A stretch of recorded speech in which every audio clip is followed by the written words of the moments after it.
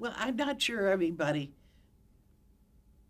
knew how it was going to be. As television uh, broke, there was no problem with the lives, with the specials, because those were one shots.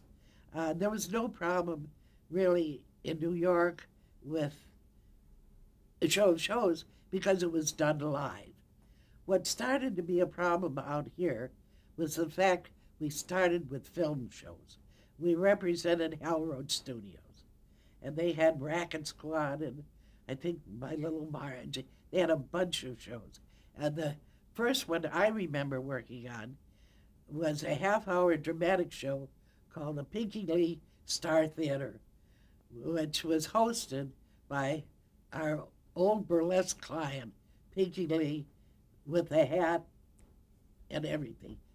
So now the networks and the advertising agencies were used to contracts that followed radio, which were every 13 weeks or 26 weeks, cancelable on maybe 2 weeks' notice or 4 weeks' notice, but they were geared to broadcast dates.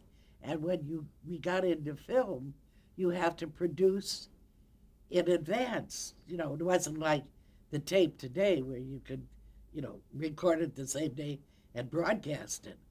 This required pre-production, getting the scripts ready, getting the sets built post-production, and it would be at least 8 weeks after completion of filming before a show could be delivered. So now you couldn't go in air date broadcast cycles, and we had to work out contracts that conformed to production, which made the networks and the advertising agencies a little nervous because they were committing to buying shows before the audience had a chance to see them. And they didn't know whether they were buying a hit or a miss. And it was a problem of financing. They were used to paying in certain ways when shows were broadcast live, and when you came to film with pre-production, you needed pre-production money, you had to have your scripts written, you had to have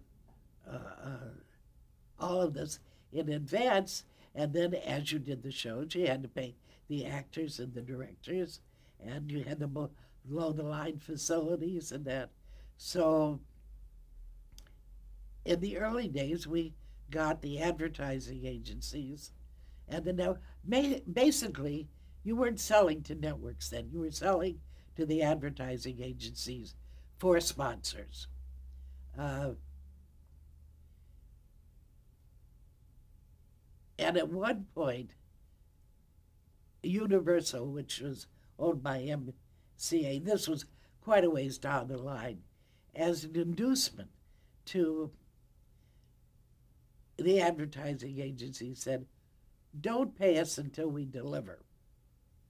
So that, because they would do all the interim financing, they'd go to the bank. So now we had to provide another service for our clients, like Danny Thomas, who financed a lot of them. We helped Danny get bank loans for interim financing, but he was on the hook because we weren't getting paid till production. I do remember, it's interesting. One of the first film shows that really took a lot of negotiation was The Life of Riley, starring Jackie Gleason. Not William Bennett. Gleason was the first Riley. And Ann Rosenthal, who was the head attorney at the office, Irving Brecker, attorney, he was creator. Oh gosh, what's his name from NBC? Herbert Schlossner, I think, came out to the coast, and the attorney for Pabst Brewing, who was a sponsor, came out to the coast, and I can't remember the advertising agency. I don't think it was Benton Bowles, and it's out of Chicago. They came out, and this was the negotiation for a 26 firm order on Life of Riley. And that was a 2-week negotiation. And I worked on it as a secretary, and there was another secretary, but basically they did so many amendments. They were doing the contract as they were going along, and they'd do a draft and they didn't like it. And I got to the point where I wasn't putting first draft, 10th draft, and that. I started putting down the time I typed it so we would be sure to get the latest revision to go in the final contract. And that was very interesting. What were some of the biggest issues about getting that to contract? Exclusivity, creative rights, approvals, financing, money, but a lot of it was the